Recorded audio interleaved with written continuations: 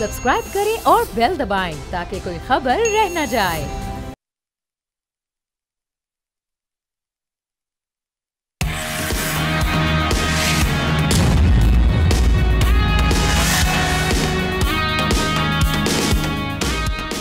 अस्सलाम वालेकुम नाज़रीन, आप देख रहे हैं न्यूज़ पंच। मैं हूं आमना खटाना। जिस तरह से हम देख रहे हैं इस वक्त मुल्क भर में बिजली बहरान को लेकर IPPs मुआहदों का एक शोर मचा हुआ है। एक डिमांड सामने आ रही है इस हवाले से कि इनके साथ जो मुआहदे किए गए हैं, कॉन्ट्रैक्ट्स किए गए हैं, इसको ख़त्म किया जाए। इस हवाले से जमात इस्लामी हम देख रहे हैं मुल्क भर में एहतजाज भी कर रही है। इस्लामाबाद में भी धरना जारी है। अमीर जमात इस्लामी हाफिज़ ज़ैमुर रहमान ने 31 जुलाई से चारों सूबों के गवर्नर हाउसेस पर भी धरने का ऐलान कर दिया। अमीर जमात इस्लामी ये कह रहे हैं कि हुक्मरानों के IPPs के मुआहदे नाजायज़ हैं। नहली आपकी तो पैसे अवाम क्यों दें, ये उनकी जानिब से बात की जा रही है। दूसरी तरफ हम ये देख रहे हैं जहां हुकूमत जमात इस्लामी के साथ कह रही है कि जनाब डायलॉग्स कर लेते हैं। इस हवाले से भी शिकवा सामने आ रहा है कि भाई डायलॉग्स तो आप कर रहे हैं, लेकिन दूसरी जानिब आप गिरफ्तारियाँ भी उतनी अमल में आ रही हैं। अब जनाब हुकूमती मौक़िफ़ आपके सामने रखते हैं। वफाकी वज़ीर तवानाई अवैस लगारी ने ये वाज़े कर दिया है कि जो IPPs मुआहदे हैं ये किसी सूरत तब्दील नहीं करेंगे। एक तरफा तौर पर मुआहदे ख़त्म करके रेकोडिक की तरह $900 मिलियन के जुर्माने अदा नहीं कर सकते। यहाँ अगर हम फैक्ट्स एंड फिगर्स की बात करें तो अप्रैल 2022 यानी 2022 अप्रैल से अब तक मुल्क में फ़ी यूनिट बिजली की औसत कीमत में 18 रुपये का इजाफा हो चुका है, जिसके तहत कम से कम टैरिफ 29 रुपये 33 पैसे और ज़्यादा से ज़्यादा 76 रुपये तक पहुँच गया। बिजली के फ़ी यूनिट की कीमत अपनी जगह, लेकिन अब जो तफसीलात हम आपके साथ शेयर करने जा रहे हैं वो एक इंतहाई तवज्जो तलब मामला है। जनाब, जिस तरह से मैं, आप और तमाम पाकिस्तानी इस वक्त बिल्स में GST, income tax, TV tax, advance income tax, extra sales tax और इलेक्ट्रिसिटी ड्यूटी भी भर रहे हैं। बिजली चोरी और लाइन लॉसेस का बोझ अलग है। बिल्स में 18% GST आयद किया जा रहा है, जबकि इनकम टैक्स वसूली भी बिजली बिल्स का एक मुतनाज़ जुज़ बन चुका है। 25,000 के बिल पर 7.5% एडवांस टैक्स आयद किया जाता है। इसी कैटेगरी पर 4% मज़ीद टैक्सेस भी आयद हैं। इन एक्टिव कंज्यूमर्स से 7.5% इजाफी टैक्स जो सेल्स टैक्स बिल का हिस्सा बनता है, 1.5% इलेक्ट्रिसिटी ड्यूटी भी लागू होती है और 35 से 60 रुपये आपका जो PTV जो हम देख भी नहीं रहे होते मोस्ट ऑफ द टाइम, जब कोई स्पेशल इवेंट होता है तब उस वक्त कट कर दिया जाता है, तो उसकी फ़ीस अलग ली जा रही है। अब इन तमाम टैक्सेस के साथ अगर 200 से 1 यूनिट भी ऊपर हो जाए तो बिल में 5,000 रुपये तक का इजाफा हो जाता है। अपने तजियाकारों से जानते हैं और डिस्कशन का आगाज़ करते हैं कि जो हमारे इतने लंबे चौड़े किस्म के बिल, एक तो ये टैक्सेस इसका कितना हिस्सा बन रहा है, दूसरा ये जो IPPs वाला मुआहदा है ये कितना बड़ा फैक्टर है। मुख्तलिफ हम जावियों से बात करने की कोशिश करेंगे और मसले का हल बेसिकली हम तलाश करने की आज कोशिश करेंगे अपने तजियाकारों से। मैं तारुफ करवा देती हूँ। पैनलिस्ट में एहतशामुल हक साहब हमें ज्वाइन करें अमेरिका से, डॉक्टर दानिश कराची से हमारे साथ वीडियो लिंक के ज़रिए, शहजादा जुल्फ़िकार साहब कोयटा से वीडियो लिंक के ज़रिए। डायरेक्टली मैं पहले अमेरिका पहुँच गई हूँ और नज़ीर लगारी साहब भी हमें अब से कुछ मोमेंट्स में ज्वाइन कर रहे हैं। तो आप तमाम का बेहद शुक्रिया। डॉक्टर साहब, आपसे आगाज़ करते हैं। डॉक्टर साहब, अगर हम सीधा सवाल रखते हैं, अगर ये जो हमारे पास सामने बिल आ रहा है इसमें से कुछ एक फैक्टर आप आइडेंटिफाई करें तो वो कौन सा फैक्टर है जिसकी वजह से हमें इजाफी बिल या जिसका बोझ हम उठा रहे हैं? क्या वो IPPs हैं, क्या वो ये टैक्सेस हैं? मैं चाहूँगी आप वन बाय वन इस हवाले से बात करें। देखिए, सबसे पहले तो आप तस्दीक करें, क्योंकि आपने फेडरल मिनिस्टर के हवाले से जो एक स्टेटमेंट दिया है वो मुकम्मल तौर पर गलत है। और अच्छा, वो ये है कि उन्होंने ये नहीं कहा है कि IPP से मुआहदा जो है वो किसी सूरत में तब्दील नहीं किया जाएगा। नहीं, उन्होंने ये नहीं कहा है। उन्होंने कहा एक तरफा ख़त्म नहीं किया जाएगा। तब्दीली के लिए तो रीनिगोशिएट के लिए तो कोशिश हो रही है। और अगर उन्होंने कहा है कि अगर IPPs इसको ख़त्म करना चाहें तो ये IPPs है, लेकिन हम उस मुआहदे के पाबंद हैं क्योंकि उसमें सॉवरेन गारंटी है। तो मुआहदे का एक तरफा ख़त्म होना और तब्दील होने में बहुत बड़ा फ़र्क है।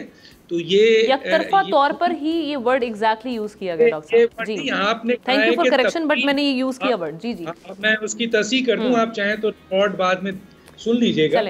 आपने जो कहा है, तो तब्दीली के लिए तो पूरा पाकिस्तान कोशिश कर रहा है कि जनाब रीनेगोशिएट किया जाए उन टर्म ऑफ कंडीशंस को जो कि आईपीपीज के साथ हुआ है। देखें, आईपीपीज का जो सिलसिला है वो ये है कि वर्ल्ड बैंक ने पाकिस्तान को 2 तोहफे दिए।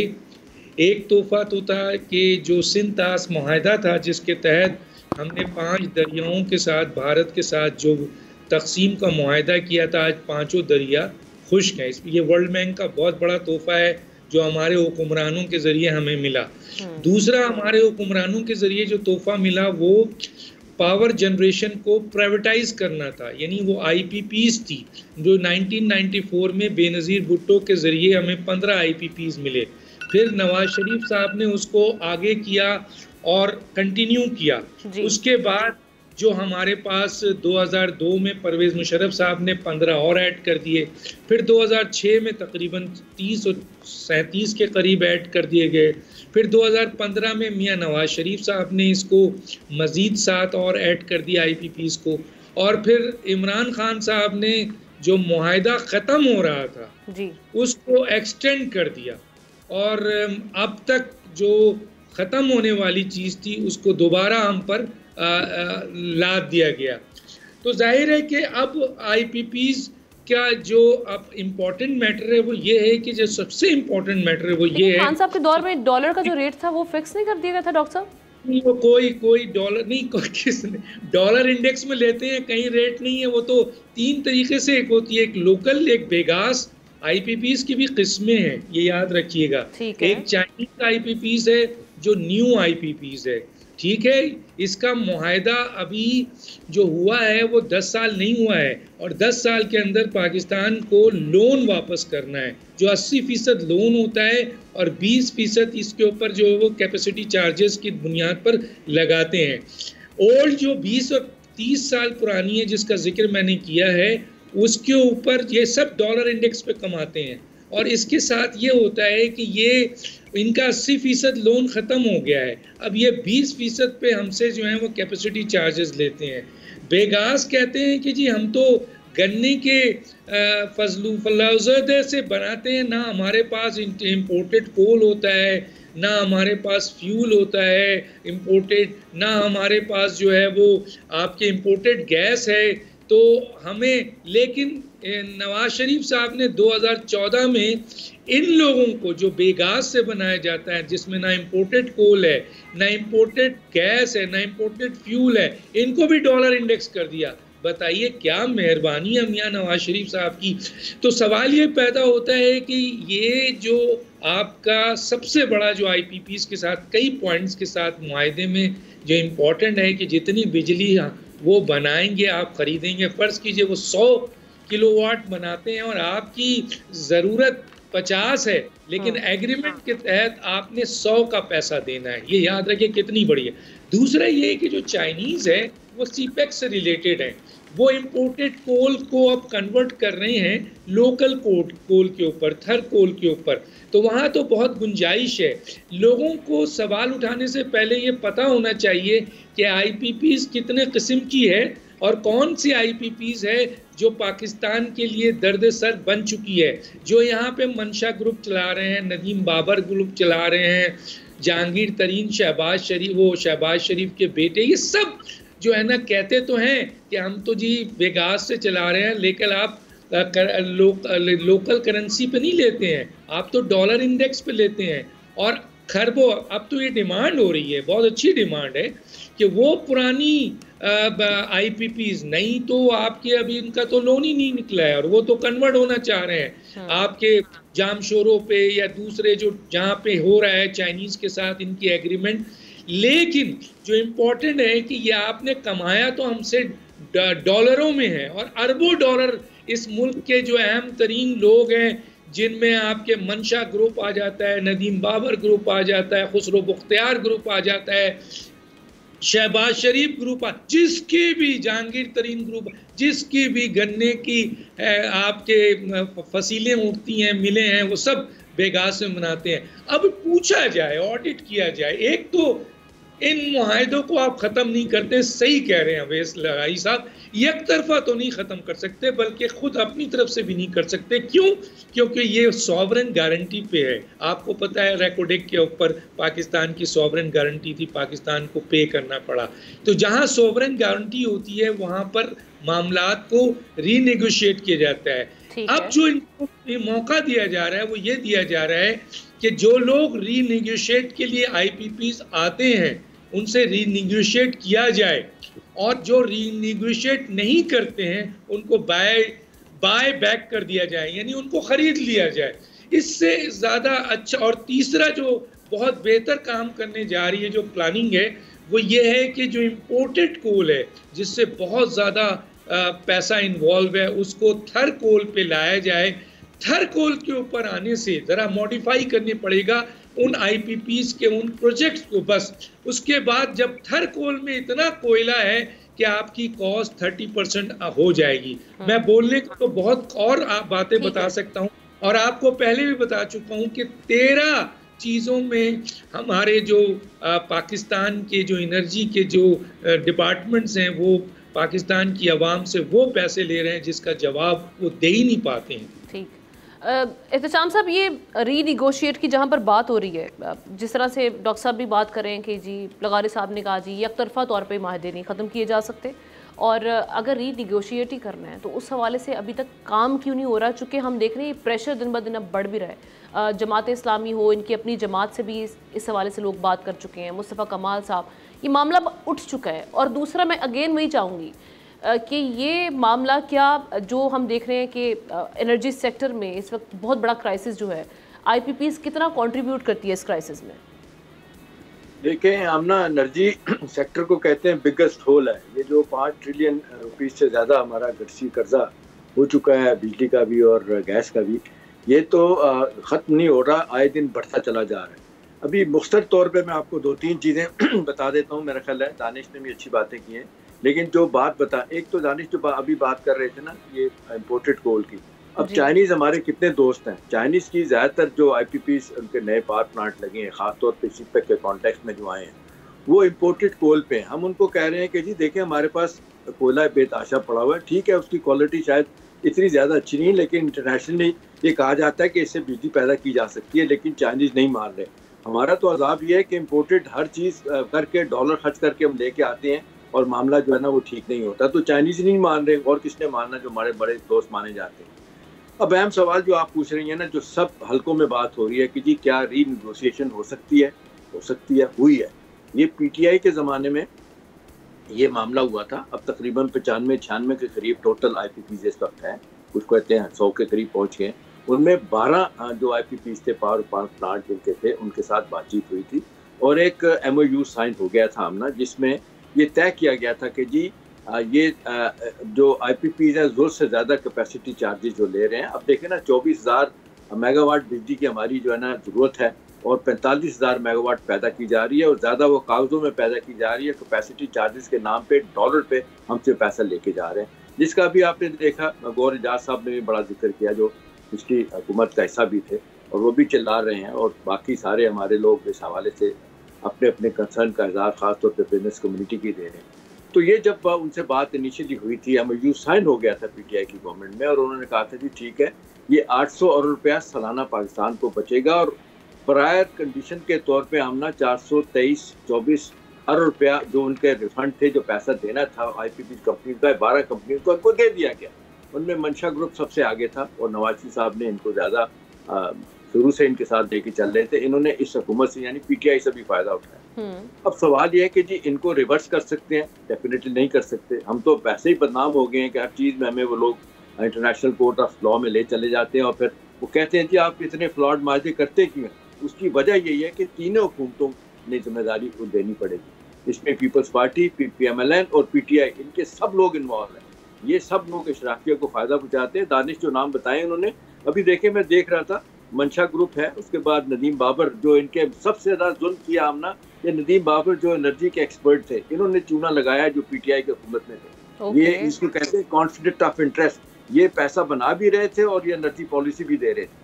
उसके बाद देख लें, इसमें शमीम खान साहब आते हैं, नसीम सहगल आते हैं, फिर आप रज़ाक दाऊद ग्रुप है, जवेद कियानी है, आरिफ हबीब है, फिर आपके वज़ीर-ए-आज़म से शुरू करें ना, उनके अपने साहबजादे वज़ीर-ए-आज़म भी हैं, उनके वज़ीर-ए-आज़म है, शहबाज शरीफ है, सलमान है, जरदारी साहब के फ्रंट मैन है, फौजी फाउंडेशन है, और इसमें बहुत सारी ये महंगी बिजली के मायदे किए गए। अब देखें बार बार ये बात आ रही है कि ये सालों से सिलसिला शुरू हुआ है, ये 90 से लेके 2000 अब आप देख लें अब कहाँ से कहाँ पहुँच गए हम। और ये मायदे जो है ना तब्दील हुए ना नए मायदे, जो अगर जब थोड़ी देर के लिए रुके क्योंकि बहुत ज़्यादा प्रेशर हो गया है। अब बात तो हो रही है कि जी हाइडल की तरफ जाना, हाइडल की तरफ अभी भी नहीं आ रहे। अब सवाल अहम यह है कि जी कोई रीनेगोशिएट करेगा, जिसके लिए अब देख लें जमात इस्लामी ने धरना दिया। वो ना सिर्फ ये कह रहे हैं कि जी इनको ख़त्म किया जाए, बल्कि वो कह रहे हैं अगर आप अब नहीं करेंगे तो हम धरने फैक्ट्रियाँ बंद करवा देंगे, इस हद तक आगे चलेंगे। अब मैटर टू द मैटर्स ये कहते हैं कि हुकूमत बातचीत करे, इनको 12 पहले लोग जो आए थे इनिशियली एक पैरामीटर सेट कर दे कि भी आपके साथ एक मायदा हुआ था, आप तैयार होके आए थे, आप मान लिया था आपने, व्हाट वेंट रॉन्ग, क्या हुआ। अब सवाल ये है कि हम ना आप बैठी, आप भी माल चाह रही, मैं भी चाह रहा हूँ, सब चाह रहे, सब लोग जहाँ जहाँ बैठे हैं ना वो अपना कट छोड़ने के लिए तैयार नहीं है। और ये इतने फ्लॉड, इतने गलत मायदे किए कि देखिए सारी दुनिया में जब मायदे हुए थे 90s में तो ये 7 सेंट से काम शुरू हुआ था, हमें पहले 12 सेंट पे गए, फिर 20 सेंट पे, फिर 23 पे, फिर 30 सेंट पे मामला चला गया, और फिर डॉलर में देते देते सबसे ज्यादा बेड़ागर जो किसी मुल्क ने नहीं किया कैपेसिटी चार्जेस, कि बिजली पैदा करें ना करें आप इनको पैसा देंगे, वो भी डॉलर टर्म में देंगे। तो हमने ये इतना बड़ा जुल्म है, इसको रिवर्स करने के लिए मेरा ख्याल है ये सारी सियासी जमातें बैठे और ये इन लोगों के पावर प्लांट हैं जिनका भी जिक्र किए गए 12, ये कम से कम ये फैसला करें और ये एक कोई तरीका कार तय कर दें ताकि ये रेप्लिका बने और बाकी लोग भी इसको फॉलो करें। एक चीज की तस्दीक जरूरी है, अगर एहतशाम साहब इजाजत दे तो मैं कर दूं। जी प्लीज जी बताइए। एहतशाम साहब, ये है एंग्रो पावर जीन थर लिमिटेड, चाइना और पाकिस्तान के दोनों के मिलाप से ये थर की कोयले से बिजली बना रहे हैं। तो चाइना की अभी जो मीटिंग्स हुई है पाकिस्तान में, उसमें वो सिर्फ उनको जो प्रॉब्लम आ रहा है वो ये आ रहा है कि जो पावर प्रोजेक्ट है यहाँ पर वो इम्पोर्टेड कोल के लिहाज से है, उसको मॉडिफाई करना है। तो 660 मेगावाट बिजली जो है वो शामिल कर दी गई है थर्स के कोयले से, और उसमें चाइना और पाकिस्तान का इश्तराक है, और चाइना इस बात पर राजी हो गए हैं कि थर कोल को वो इस्तेमाल करेंगे। ये तो दानिश अच्छी बात होगी, चले एंग्रो और चाइनीज कंपनी के दरमियान वादा हो गया और चाइनीज जो कंपनीज है ना वो नहीं आ रही। ये बड़े तबातर के साथ ये खबरें आ रही हैं। पाकिस्तान ने जब भी मामला चाइनीज के साथ उठाया हम ना, वो नहीं तैयार, वो इम्पोर्टेड फ्यूल पे भी चाहते हैं। उनका ये है कि एक तो एफिशिएंट ज़्यादा होता है, फिर उनको लगता है कि जी इसमें उनके भी कट्स हैं। चाइनीज कंपनियां भी जिस तरह ऑपरेट करती हैं ना, वो तो नेशन ऑफ शॉपिंग पर कहते हैं, वो तो आप देख लें उन्होंने 12 बिलियन डॉलर पार किए हुए स्टेट बैंक में, फिर 3 साल के लिए बढ़ाया जा रहा है, लेकिन वो अपना इंटरेस्ट रेट साथ साथ दिए चले जा रहे हैं। जी चलें जुल्फ़िकार साहब की जानिब चलते हैं। जुल्फ़िकार साहब, ये फौरी तौर पर अगर हम रिलीफ की बात करते हैं, चूँकि हमें तो अवाम का अगर हम बात करेंगे उनको फौरी तौर पर रिलीफ कैसे दिया जा सकता है, ये तो मामला के उनसे रीनिगोशिएट किए जाएँ या किन टर्म्स एंड कंडीशन पे हो सकते हैं मामला IPPs के साथ, ये एक बात की बात है। लेकिन अगर आप समझते हैं कि जो टैक्सेस वाला एक हमारे पे बोझ डाला गया है, क्या इसमें किसी हद तक रिलीफ मिल सकता है आवाम को? आमना, इस वक्त तो इसमें कोई दो राय नहीं है कि आवाम के लिए मुश्किलात काफ़ी हैं। एक्सपोर्टर्स वो इंडस्ट्री जो एक्सपोर्ट करती हैं अपने प्रोडक्ट्स को, उनके लिए वो कम्पिटिटिव माहौल उनके रीच से निकलता जा रहा है। बिजली इतनी महंगी है, पावर उनके लिए इतनी महंगी है कि उनके लिए बहुत ही ख़र्चे अखराजात और जिस तरह महंगाई में उनके लिए बड़ा मुश्किल है। यही वजह है कि एक्सपोर्ट हमारी तेज़ी से कम होती जा रही है। दूसरी बात, कंज्यूमर जो आपका डोमेस्टिक कंज्यूमर है उसके लिए आउट ऑफ रीच हो गया है कि जिस तरह आपने अपनी ओपनिंग अभी जब आप ओपन कर रही थी प्रोग्राम को कि 200 यूनिट के बाद 1 यूनिट भी बढ़ गया तो 5000 का इजाफा। तो ये अभी जिस तरह ख़बरें आ रही हैं, जिस तरह से लोगों की तनख्वाहें देख लें, तो मजबूरन कहाँ जाता है, चीज़ें करप्शन के रास्ते खुल जाते हैं। और आम आदमी यही करता है कि मीटर बंद कर दो, डायरेक्ट लगा दो, लाइनमैन को पैसे दे दो, जो डिस्कोज़ हैं, डिस्ट्रीब्यूशन कंपनी हैं, उनके लोगों को साथ मिला लो, उनको पैसे दे दो, जो समझ आएगा और इस तरह। वरना अगर वो मीटर जी वो अगर ना मीटर का अगर वो चलाए और उसको, तो 25 से 30 हज़ार एक आम आदमी के घर का आता है, जिसमें एक फ्रिज है, जिसमें अगर कोई टीवी चल रहा है, जिसमें कुछ चीज़ें हैं, इस्त्री बहुत कम वो करेगा, तो ये चीज़ें चल रही हैं। इसी तरह अगर आप जाएँ बड़े कंज्यूमर जो इंडस्ट्रियलिस्ट हैं वो भी यही काम कर रहे हैं, बड़े बड़े मीटर्स हैं, वो तार यहाँ वहाँ से ले गए और अपने उनको लोगों को मिला लिया। ये इसमें कोई दो राय नहीं है, मुश्किलात हैं। लेकिन अगर बिल्कुल ये कहा जाए कि मुआहदे बिल्कुल गलत किए गए, देखिए बात उस वक्त अगर याद हो मजबूरन वो मुआहदे उनको करने पड़े। गलत ये हुआ कि उन्होंने कहा कि लोड शेडिंग, बिजली नहीं है, बिजली नहीं है। उन्होंने कहा है जी 12 सेंट से शुरू करें और स्टार्ट करें और हम इसमें लीड ले जाएंगे, लोगों को कहेंगे देखिए हम बिजली लेके आए हैं और हमने जो है ये मुल्क बिल्कुल तारीके में डूबा हुआ था, और उस वक्त सिचुएशन यही थी कि तारीकी में मुल्क डूबा हुआ है और हम जो है इसको वो करें। कालाबाग डैम का आपके सामने है कि वो चीज़ें जो हैं वो उस तरह नहीं है जी, वो बिल्कुल पॉलिटिकल उसकी तरफ चला गया। 3 सूबों ने बिल्कुल एक कर दिया कि हम इसको बनने नहीं देंगे, लाशें गिरेंगी और ये हो गई। दूसरा आपके पास रास्ता नहीं था। अब सारा कसूरवार जो है वो हम अपने उस माशी जो मसाइल हमारे हैं ये उसकी वजह से ये बोझ पड़ रहा है। IMF तलवार लेके आपके सर पर खड़ा हुआ है कि आप ये चीज़ें, पेट्रोल आपको इधर महंगा मिल रहा है, आपको जिस पे सारी मईशत आपकी जो है वो उस पर डिपेंड करती है। 10 रुपये आप महंगा करते हैं, वो ट्रांसपोर्टर उसको कहाँ ले जाता है, दुकानदार हर चीज़ को महंगा कर देता है। वो चीज़ें क्योंकि हम क्या करें, और ख़ास कर बलूचिस्तान में जहाँ चीज़ पैदा नहीं होती हैं, ख़ास कर आपके खैबर पख्तूनख्वा में जहाँ चीज़ें पैदा। मैं एक मिसाल देता हूँ, मकरान में अगर आपको टमाटर जो है वो कराची में वो 20 रुपये किलो मिलता है, मकरान में आपको 150 रुपये किलो मिलेगा। क्यों? वहाँ से वो चीज़ें आती नहीं हैं। यही वजह है कि ईरानी गुड्स वहाँ से आते हैं, वो आपको सस्ता मिलता है, यही चीज़ है। तो ये बिल्कुल अब आ गई बात, अगर आवाम को अपने रिलीफ देना है बिल्कुल रीनेगोशिएट की तरफ जाएं। दुनिया में ये बिल्कुल तमाम पॉलिटिकल, ये बात मैं सपोर्ट करता हूँ, तमाम पॉलिटिकल पार्टीज़ बैठें और रीनेगोशिएशन की तरफ जाएं, उनके साथ बात करें कि भाई ये तो चीज़ें हमारे हाथ से निकलती जा रही हैं। आज जमात इस्लामी इसमें कूद पड़ा है, कल दूसरी पॉलिटिकल पार्टी भी इस पर कूद पड़ेगी, फिर शायद पॉलिटिकल पार्टीज़ के से अबव लोग निकल आए। लोग ये नहीं देखेंगे जमात इस्लामी का जलसा है, PTI का जलसा है, प्रोटेस्ट जो है पीपल्स पार्टी का है, किस पार्टी का है, किस पार्टी का है, सब निकल आएंगे। जी। और दूसरा ये है कि शायद हम आप भी ये देखें, ये हम नहीं देखें कि हम जर्नलिस्ट हैं, हम एनालिस्ट हैं, हम भी कूद पड़ेंगे कि भाई ये तो सबका मुश्तरका मसला है, मेरे साथ ही जुल्म क्यों हो रहा है। जैसे टैक्सेस का मसला, सैलरीड क्लास से आराम से टैक्स डिडक्ट हो जाता है और उसके बाद जितने बड़े बड़े हैं उनको तो कोई देखता भी नहीं है और वो अपने लिए रास्ते भी निकाल लेता है, वकील भी ले लेता है और जाके जो है वो जो नए रास्ते निकाल कर टैक्स भी बचा लेता है। तो ये चीज़ों को दुरुस्त करना पड़ेगा, ज़रूर ये बात है। लेकिन एक तरफा अगर ये कह देना कि बिल्कुल वो मुआहदे बिल्कुल गलत, कि उस वक्त भी सोच ये थी कि किस तरह आवाम को रिलीफ दिया जाए।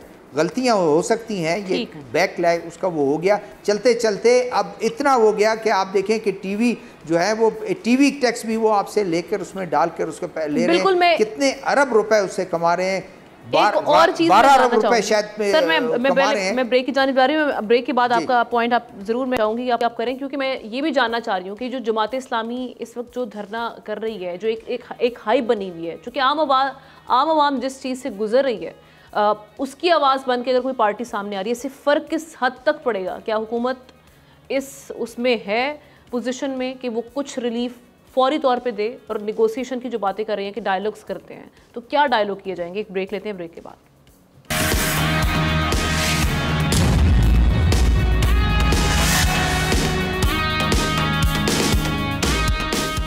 Welcome back. जिस तरह से हम बात कर रहे थे ब्रेक पर जाने से पहले कि जिस तरह अभी ये जो बिजली की वजह से एक सिचुएशन बनी हुई है, एक पैनिकिंग सिचुएशन, जिसमें आवाम की दाद रसी के लिए अगर कोई जमात इस वक्त हम देख रहे हैं एक्टिवली काम कर रही है, और वो है जनाब आपके सामने जमात इस्लामी, जो इस सिलसिले में गिरफ्तारियाँ भी अमल में आ रही हैं, लेकिन उनका जो धरना है इस वक्त वो ज़ोर पकड़ है। अब इसके असरात क्या होंगे? क्योंकि हुकूमत की जानिब से एक डायलॉग की वो कहा गया था जी, ऑफ़र की गई थी, लेकिन ये कहा जा रहा है कि गिरफ्तारियां भी आप कर रहे हैं और डायलॉग्स दूसरी जानिब आप करना चाह रहे हैं, लेकिन एक जो प्रेशर क्रिएट होगा उससे आवाम को रिलीफ मिलेगा, इसका आउटकम निकलेगा या नहीं निकलेगा? अपने तज्जियाकारों से जानने की कोशिश करते हैं। जुल्फ़िकार साहब से हम रिकनेक्ट कर रहे हैं। मीनवाइल मैं चाहूँगी कि डॉक्टर साहब से इस बात का जवाब लें। डॉक्टर साहब, ये आप हल देख रहे हैं जमात इस्लामी जो कोशिश कर रही है, जो एफर्ट पुट इन कर रही है अवाम के लिए और अवाम की आवाज़ बन रही है, या अगर अवाम भी जिस तरह से हम देख रहे हैं कि वो एक रोज़ाना के बेस पे कुछ ना कुछ ये अमवात और ये प्रेशर, एक हाइप क्रिएट हो रही है इस मामले पर, फौरी तौर पर रिलीफ किस तरह से दे सकती है हुकूमत और आउटकम निकलेगा या नहीं? धरने, जलसे और जुलूस जो हैं वो माजी में बहुत, आपको पता है। और होता क्या है कि जब धरने और जलसे जुलूस होते हैं तो जो धरना जलसा जुलूस करते हैं वो आवाम के ही इशूज़ को सामने रख के किया जाता है, लेकिन एग्रीमेंट ऐसे करके उठते हैं कि अपना मकसद, उनका जो सियासी उनका एजेंडा होता है, जो टारगेट होता है उसको हासिल करते हैं। 76-77 साल में तो हम यही देख रहे हैं। अगर आप निकाल लें कि कितनी सियासी जमातों ने धरने दिए, कितनी सियासी जमातों ने जुलूस किया, जलसा किया, सभी तो आवाम के लिए किया है। तो फिर आवाम मर क्यों रही है? आवाम क्यों तबाह हो रहे हैं? आवाम और मुल्क क्यों डिटोरिएट हो रहे हैं मुसलसल? इतने बड़े बड़े जलसे हो गए, इतने बड़े बड़े धरने हो गए। तो जमातें और ये भी देखिए कि किन लोगों ने आवाम को यहाँ तक पहुँचाया है।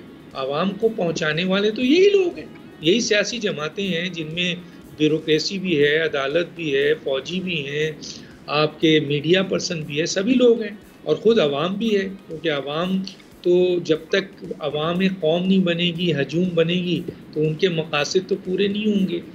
तो अगर जमात इस्लामी ये धरना दे रही है तो ये एक जनरल इशू है, बहुत बड़ा इशू है। इतना बड़ा इशू है कि इस वक्त इमरान, ये अवाम जो है इसको सबसे अहमियत दी जा रही है। लेकिन देखना ये है कि क्या जमात इस्लामी कोई इनकलाब ला रही है, क्योंकि ये जो जलसे जुलूस और धरना है इससे कुछ होना नहीं है। इससे सिर्फ ये होगा कि एक प्रेशर टैक्टिक्स की जाएगा। देखिए कश्मीर में जो हुआ था वो किसी सियासी जमात को उन्होंने इन्वॉल्व नहीं किया और वहाँ के लोगों ने और वहाँ के जो दुकानदार थे, अवाम ने वहाँ लीड किया और अपने पॉइंट ऑफ व्यू को उन्होंने इस्टेब्लिश किया और उसको लेके आगे बढ़े और हुकूमत को बताया कि हम इतनी पावर जनरेट करते हैं और आप हमसे इतनी पावर जनरेट करने के बाद इलेक्ट्रिसिटी आप हमें इतना महंगा दे रहे हैं, 55 रुपये रेट से दे रहे हैं। तो वहाँ एक इनकलाबी सूरत पैदा हुई, अवाम निकल आई वहाँ, किसी लीडरशिप को नहीं दिया उन्होंने। हालांकि कई सियासी जमातों ने उनको लीड करने की कोशिश की, उन्होंने कहा कि नहीं जी आप अपना मुद्दा सेट करोगे मीटिंग्स में हुकूमत के साथ, अपने आप का अपना मामला करोगे और उड़ जाओगे और आवाम रुल जाएगी। तो उसको फिर मिला। तो ये जो भी कुछ हो रहा है, मैं नहीं समझता कि जमात इस्लामी जो है वो आपके अवाम के मसाइल हल कर सकती है। जितनी स्ट्रीट पावर ज़रूर है लेकिन पार्लियामेंट में उनकी आवाज़ तो ज़ीरो। और हुकूमत उन लोगों को ज़्यादा अहमियत देती है जिसकी पार्लियामेंट में अहमियत हो। लेकिन सवाल ये पैदा होता है कि क्या ये जो भी कुछ जमात इस्लामी करने निकली है ये अवाम उनका किस हद तक साथ देगी, क्योंकि यहाँ तो अवाम डिवाइड है। जमात इस्लामी के वर्कर तो शामिल हो गए हैं लेकिन पीपल्स पार्टी के, पीटीआई के, पीएमएलएन के और दूसरे वर्कर तो हुकूमत के साथ, या पीटीआई को हटा दें तो सारे के सारे तो हुकूमत के साथ खड़े हैं। तो वर्कर, अवाम तो कहीं नहीं निकली ना, अवाम है इन चीजों के लिए। ठीक है जुल्फ़िकार साहब,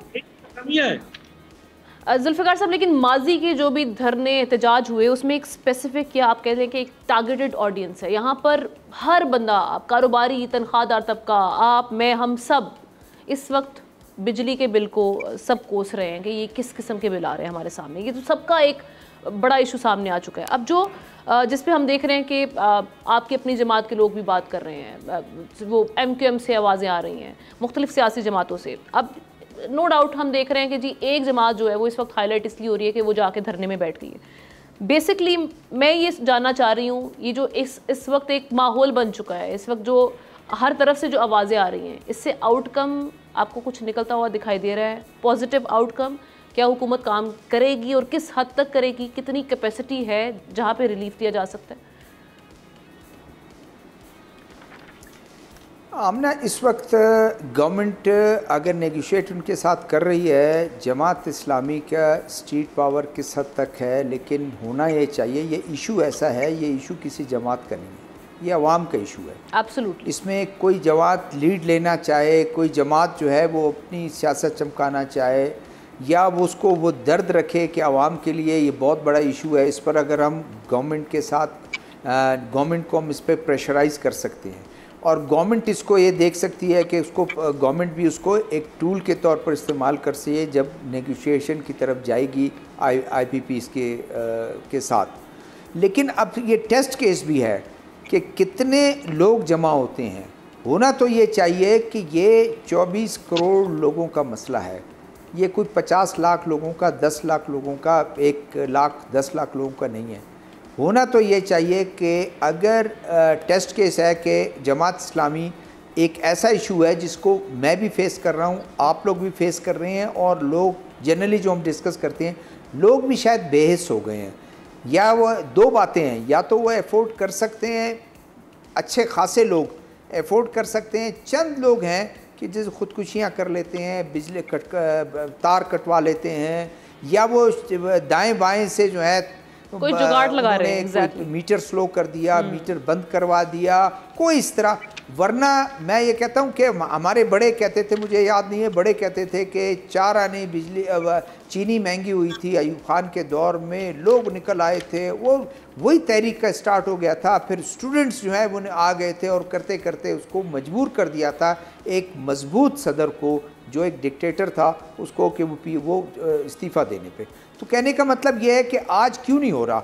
एक पॉइंट ऑफ व्यू ये भी है कि करप्शन का जो पैसा है ट्रिकल डाउन होके कहीं ना कहीं आपके जेब में, मेरे जेब में, दाएं बाएं के जेब में, इनडायरेक्ट कहीं ना कहीं से हो आता है कि उसमें शायद सिकत है कि वो चीज़ों को इस महंगाई के बावजूद भी चीज़ों को सपोर्ट कर लेते हैं और एफोर्ड कर लेते हैं।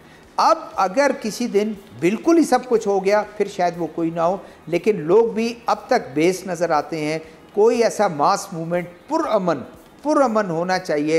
ये ना देखें कि वहाँ हाफिज़ नईम उर रहमान साहब हैं, बिलावल भुट्टो साहब हैं, इमरान खान साहब हैं, मियाँ शहबाज शरीफ साहब हैं, कोई भी पार्टी हो वो निकल आए। अब मिसाल दी ना, दानिश साहब ने मिसाल दी कि आज़ाद कश्मीर में थोड़ा बहुत तो इन्वॉल्व थे लोग, जो पॉलिटिकल लोग, लेकिन फिर भी निकल आए और उस गवर्नमेंट को परेशानी हो गई कि क्या करें हम। शायद हम जो आज़ाद कश्मीर की बात करते हैं, हम जो हेल्ड कश्मीर की बात करते हैं, आज़ाद कश्मीर में ये हो रहा है, वो मीडिया में तूफ़ान आ गया, इंडियन मीडिया में, कि ये कर रहे हैं, देखिए इनके साथ क्या कर रहे हैं, उनको रिलीफ देना पड़ा। तो मेरे ख्याल में अगर गवर्नमेंट रिलीफ देगी तो इमीडिएटली अपने खर्चे अखराजात कम करे, कौम बन के अपने राइट लिए निकलेगी तो फिर जो पैसा डिफरेंस आप क्रिएट कर सकते हैं। आमना मैं लास्ट बात मैं करूं कि यही मैं कह रहा हूं कि वो जो बात मैं वही कह रहा था, जो आपने कही बात वही है कि लोग भी शायद बेहस हैं। अगर ये होता है तो गवर्नमेंट अगर रिलीफ देना चाहे तो गवर्नमेंट ये कोशिश करे कि अपने खर्चे अखराजात कम करे और वो ये डाइवर्ट करे, चाहे पेट्रोल की कीमतों में, चाहे आप बिजली की कीमतों में, कुछ ना कुछ आपको रिलीफ देना पड़ेगा। तो ये 3 महीने वाला नहीं होगा, 3 महीने का आपने रिलीफ जरूर दिया, आपको बढ़ाना पड़ेगा। ठीक है एहतशाम साहब, ये रिलीफ टैक्सेस पे क्यों नहीं दिया जा सकता? ये जो टैक्सेस हैं ये किसकी जानिब से लगाए हैं? क्या IMF की ये शर्त है? मैं ये जानना चाहूँगी, समझने की कोशिश कर रही हूँ आपसे। ये टैक्सेस क्या IMF की शर्त है कि ये इसी तरह से लगाए जाएंगे और इतने ही लगाए जाएंगे, और क्या इस पर रिलीफ मिल सकता है? आमना, आपके लिए बड़ी हैरत वाली बात होगी शायद, या आपको भी पता होगी डेफिनेटली, कि IMF ने कभी आज तक नहीं कहा कि आप बिजली के रेट बढ़ाएं, पेट्रोल की कीमत बढ़ाएं, आप यूटिलिटी चार्जेस बढ़ाएं। वो सिर्फ ये कहते हैं कि जी ये आप हमसे कर्जा ले रहे हैं, आप हमें एक वापस कैसे करेंगे वो आप हमें अपना फ्रेमवर्क ला के दिखाएं। सीधा उनका मकसद होता है कि भी आपकी आमदन इतनी नहीं है, अखराजात ज़्यादा हैं, तो आप ये खुद मैनेज करें, हमें नहीं पता। आपके साथ हमारा बगला मायदा 37 माह का जो हमने कर रहे हैं $7 बिलियन का, वो सारे फ्रेमवर्क, वो सारी चीज़ें मांग रहे हैं उनसे कि आपने पैसा कैसे वापस करना है।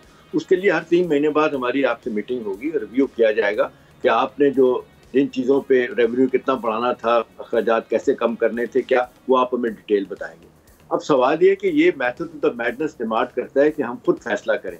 क्या यही तय होता रहेगा कि पिछले माली साल में 9 ट्रिलियन का हदफ था, अब 13 ट्रिलियन से ज़्यादा का हदफ रेवेन्यू को बढ़ा दिया। ये आसान काम है हुकूमतों के लिए कि टैक्स लगा दें और जनाब अपनी जान छुड़ा लें। अब सवाल यही कि भी जो सब लोग सवाल कर रहे हैं कि इसका हल क्या है। देखिए आमना इमीडिएटली तो इसका हल कोई भी नहीं है, शॉर्ट टर्म में कोई हल नहीं है इसका। अभी देखें, अब आप बात हो रही थी कि अभी जुल्फ़िकार बात कर रहे थे लोग बाहर ही निकलते। भाई लोग क्या करें आप मुझे बताएं। अब 2 कमरे में रहने वाला बंदा 20 से 40 हज़ार उसका बिल आना शुरू हो गया, जो 5 हज़ार से ज़्यादा नहीं आता था। जो फैक्ट्री चलाने वाले लोग हैं, छोटे छोटे यूनिट जो है ना लाखों में पे कर रहे हैं। Cost of doing business, ease of doing business है ही नहीं है, तो लोग तो जाहिर है वो काम नहीं करेंगे, इंडस्ट्रियां नहीं चलेंगी, खनन का पहिया नहीं चलेगा, हर चीज रुक जाएगी। अब सवाल ये है कि फौरी तौर पे करने की क्या जरूरत है। देखिए एक ही तरीका है कि हुकूमत इनसे रीनेगोशिएट करे, इनको प्यार मोहब्बत से और जिसको कहते हैं कैरेट एंड स्टिक के जरिए बताए कि भी आप से गलतियां हमसे हुई थी, हुकूमतों से गलतियां हुई थी, अवाम पे इसने इसको थोड़ा सा कोई ऐसा करें कि आप इसको मैनेज कर लें, आप प्रॉफिट भी अपना रखें लेकिन इतना ना रखें कि हम दे ना सकें। अब होता यह है कि जो गलत मायदे आप लोग कर देते हैं यानी हुकूमतें कर देती हैं, तो वो मसला होता है कि सब लोग वो बाद में लोग पावर कंपनियां हो या दूसरी कंपनियां हो जो इंटरनेशनल कंपनियां आती है, वो कहती हैं आपने हमसे मायदे किए थे, आपने किया था, आपने पहले हम माजरत करेंगे। एहतशाम साहब के जुमले में ऐड करूंगा कि बिल्कुल हल है। डॉक्टर साहब वक्त खत्म हो चुके हैं, मैं आप तीनों का शुक्रिया अदा करूंगी। प्रोग्राम के साथ इंशाल्लाह आपसे कल मुलाकात होगी। अल्लाह हाफ़िज़।